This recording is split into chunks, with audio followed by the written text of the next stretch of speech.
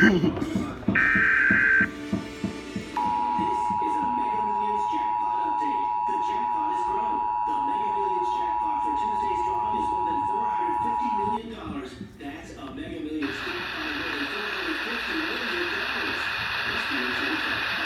message is for test purposes only.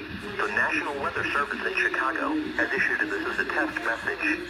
Tornado warning for all counties in north central and northeast Illinois until 10:15 a.m. This is a test message. If this was an actual tornado warning, you would be given information about the location and movement of the storm. This is a test message. This test tornado warning is being issued as part of Illinois and National Severe Weather Preparedness Week. This is a communications exercise to ensure tornado warnings can be properly disseminated and received, and to test warning systems. At this time, please review your tornado shelter procedures at home, at your place of business, or at your school.